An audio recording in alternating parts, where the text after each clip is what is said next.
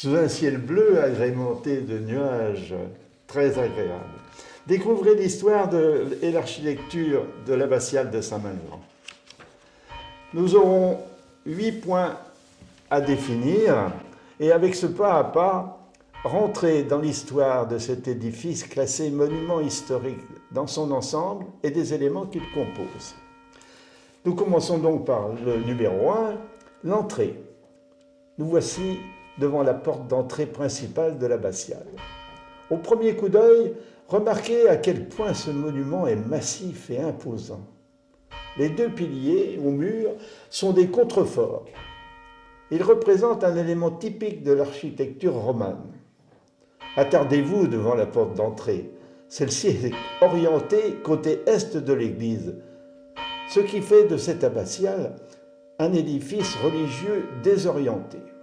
En effet, le chemin qu'utilisaient les paroissiens pour accéder à l'église était compliqué. Ils devaient prendre la porte d'entrée de l'ex-séminaire supprimé aujourd'hui, puis passer par le cimetière ou même contourner complètement le séminaire. Cette porte a donc été déplacée et redimensionnée en 1850. Observez-la. Son arc brisé, pointu au sommet, est typique de l'architecture gothique. L'art gothique étant plus récent que l'art roman. La porte ne peut donc pas être d'origine. Au XIXe siècle, l'art gothique est privilégié lors de rénovations de bâtiments religieux, puisque ce style paraît plus élitiste, moderne à l'époque. Entrez à présent à l'intérieur et rapprochez-vous du mur sur votre gauche.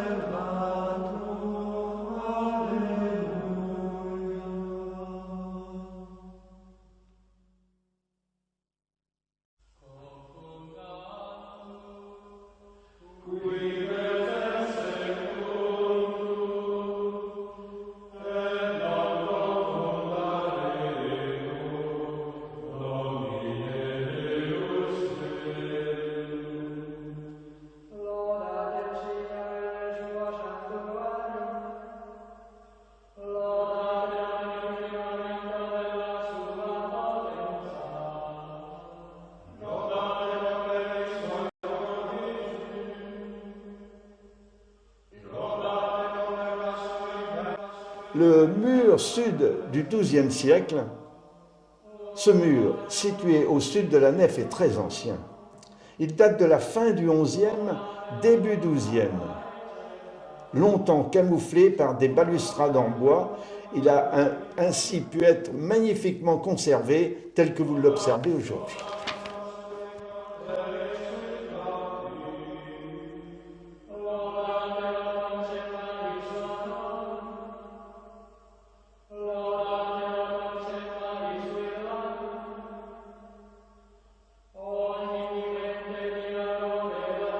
Revenez sur vos pas et dirigez-vous vers les gisants sur votre gauche.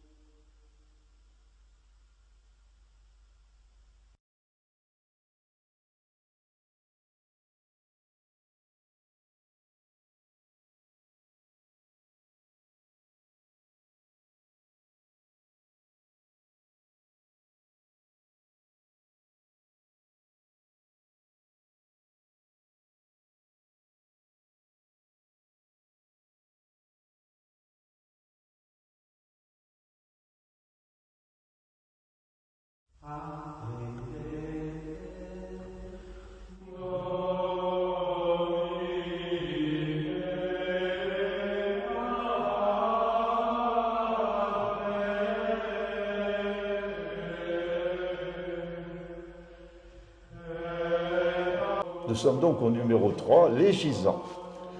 Vous vous trouvez face au tombeau de Robert de Couët-Logon. Ce personnage a joué un rôle important dans l'histoire de l'abbatiale, puisqu'il fut le premier abbé commendataire de Saint-Main, abbé désigné par le roi ou le pape qui récolte une grande partie des bénéfices de l'abbaye. Au sol, admirez les nombreuses plaques de dignitaires religieux témoignant de l'objectif des fidèles, être inhumé au sein ou au plus proche de l'abbatiale.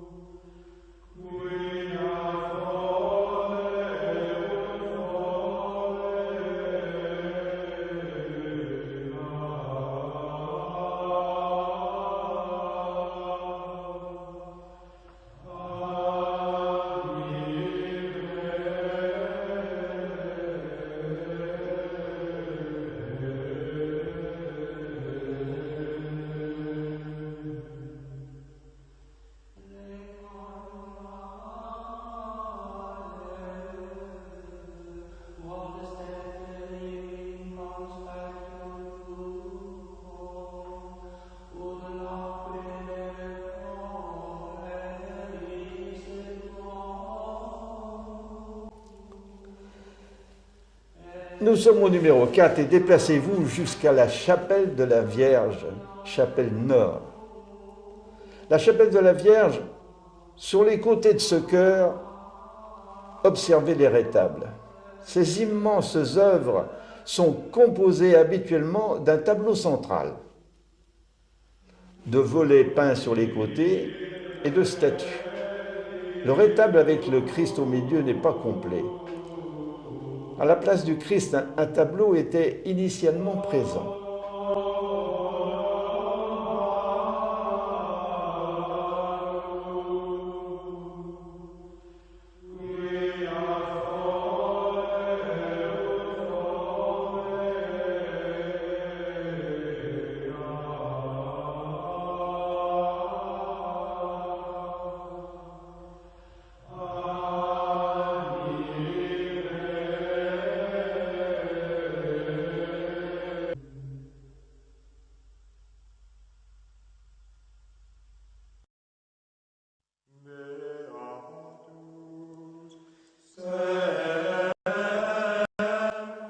Côté sud de cette partie, vous retrouvez le tombeau de Saint-Main.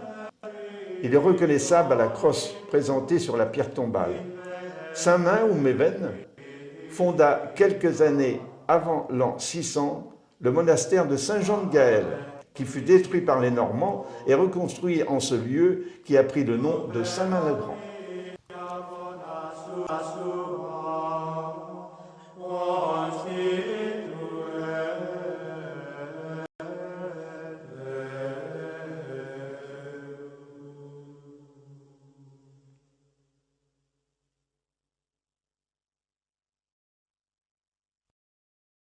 Je suis la résurrection et la vie.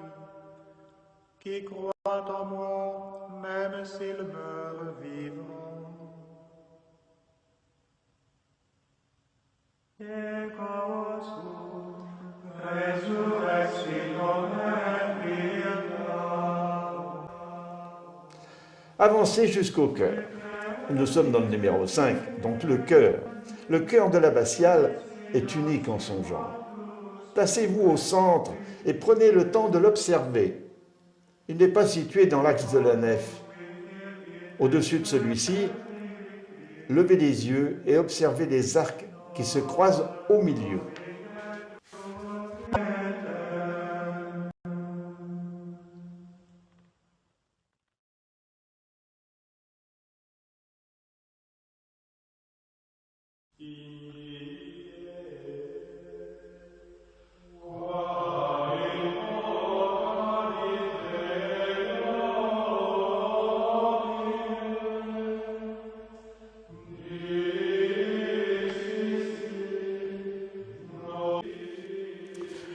Poursuivez vers la chapelle Sainte-Anne sur votre gauche.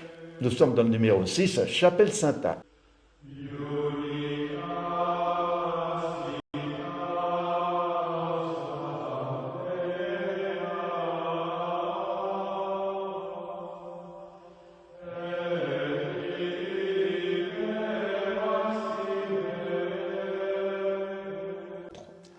À propos des rétables, le saviez-vous? Les deux œuvres monumentales de chaque côté du chœur sont des rétables d'autel secondaires. En général, le maître-autel, autel central, comprend des travées latérales. Il peut parfois être complété par des autels latéraux qui sont plus petits en largeur. Concernant les décorations, c'est surtout le cas des retables sculptés ou peints des 15e et 16e siècles. Ce n'est pas le cas des rétables à partir du XVIIe. Ici, ils sont datés du XVIIe.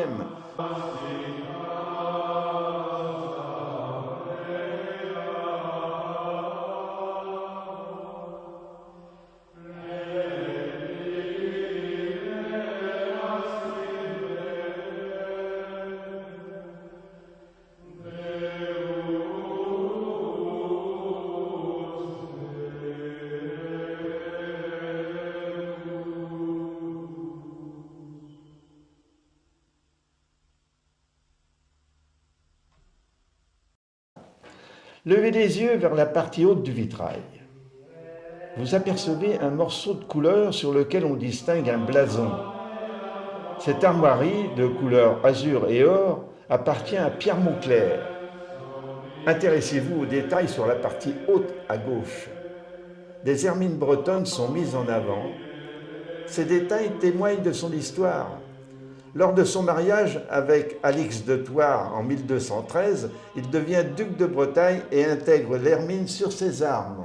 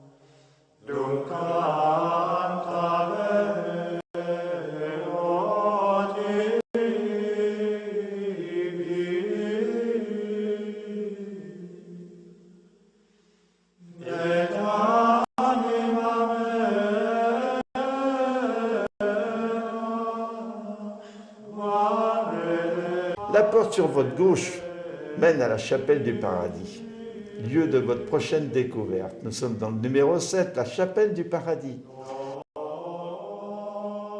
Asseyez-vous et prenez le temps d'observer ces magnifiques fresques murales, retraçant l'histoire de la vie de Saint-Main.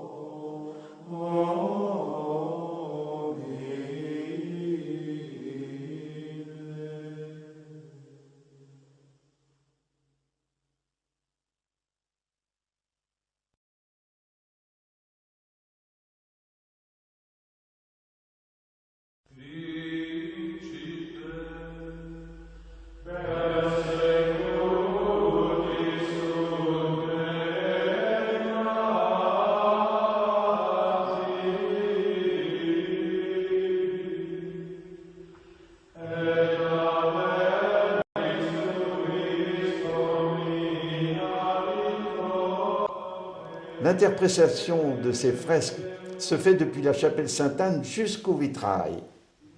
Sur la deuxième arcade, vous apercevez Saint-Main muni de son bâton de pèlerin et son étole.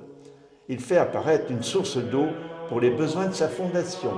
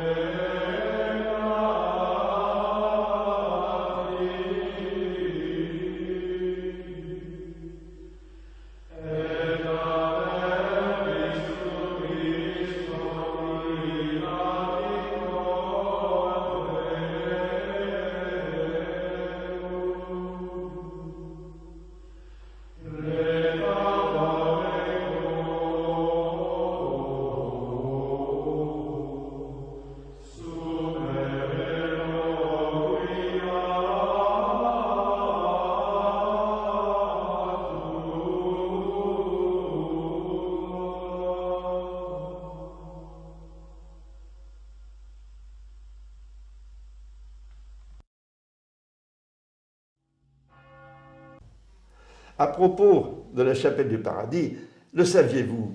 Connaissez-vous la différence entre une fresque et une peinture murale? Lorsque l'on peint sur un enduit frais qui vient d'être fait, il s'agit d'une fresque. En revanche, si l'enduit est sec, il s'agit d'une peinture murale.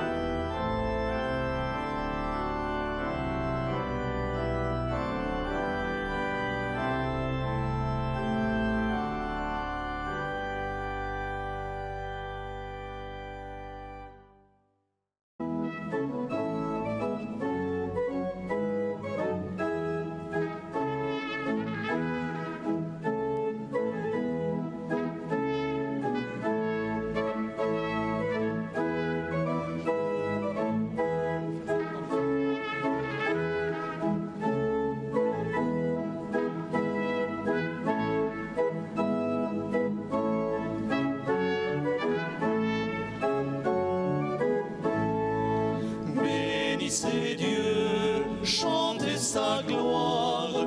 Bénissez Dieu, chantez sa gloire. Célébrez son saint nom sur terre et dans les cieux. Bénissez Dieu, chantez sa gloire.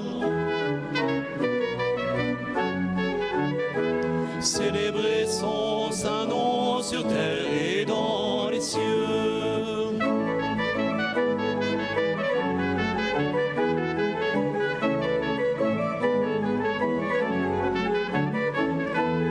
Bénissez Dieu, chantez sa gloire.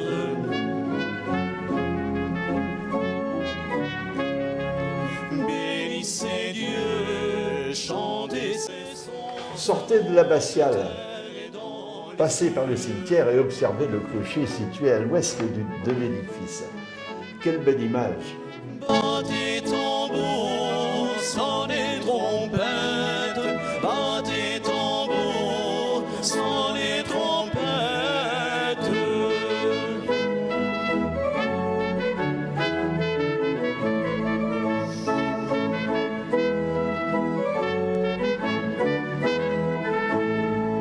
Battez tambour, sonnez trompette, battez tambour, sonnez trompette. Nous sommes dans le numéro 8, les extérieurs. En sortant, à l'ouest du cimetière, vous arrivez face au clocher. Le clocher réunissait une église initiale détruite au XVIIIe siècle et la nouvelle église que vous venez de visiter. Remarquez la démarcation entre les deux bâtiments sous ce clocher. L'enfoncement sous l'arc brisé met en évidence l'emplacement de l'ancien accès de l'abbatiale. Sonnez trompette.